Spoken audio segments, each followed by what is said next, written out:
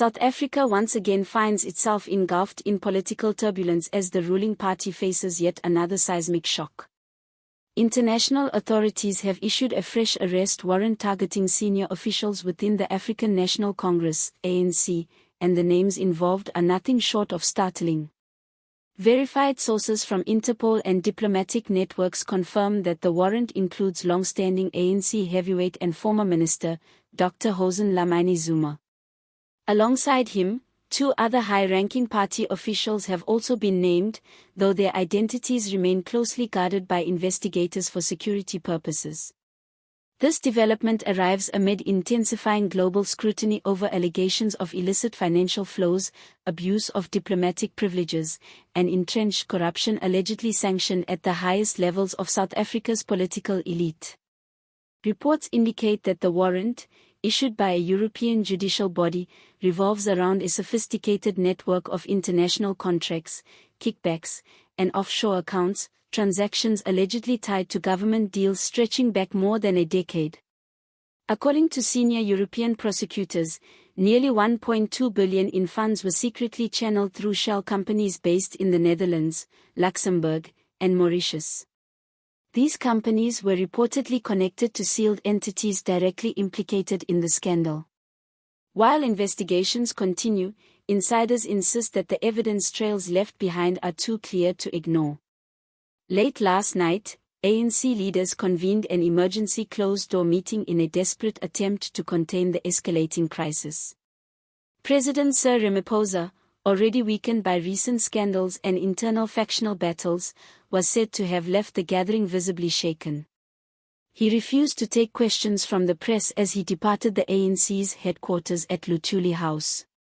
One party insider likened the atmosphere to a nuclear meltdown, stressing that this was no longer a matter of routine damage control but a full-scale reckoning. "The walls are closing in," the source remarked. Opposition leader John Steenhuisen of the Democratic Alliance swiftly seized the moment, going public with sharp criticism. "This is precisely why we've long demanded a fully independent audit of every ANC government transaction since 2009, he declared. "The corruption runs deeper than anyone dared to imagine."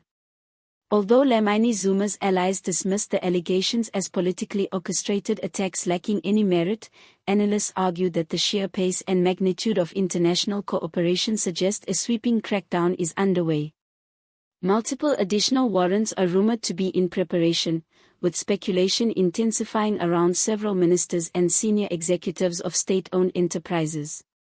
Unconfirmed reports further claim that South African authorities have been cautioned against obstructing the process, with international law enforcement signaling their willingness to act independently if required.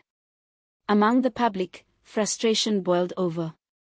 Already worn down by years of crippling load shedding, stagnant economic growth, and repeated political betrayals, South Africans took to social media in outrage. The hashtag ANC warrant trended for hours, with thousands of users demanding swift arrests and genuine accountability. Even former ANC members have begun breaking their silence. "We warned them," a retired MP stated bluntly. This arrogance and impunity were bound to catch up with them. "You cannot hide from international justice forever." Legal analysts caution that the enforcement of these arrest warrants could unleash a constitutional crisis unmatched since the Zuma presidency. Diplomatic cables are already being exchanged at an accelerated pace, and South Africa's global standing now hangs precariously in the balance. For the moment, the nation holds its breath. The looming question remains, will the ANC shield its embattled leaders, or will it finally allow justice to run its course?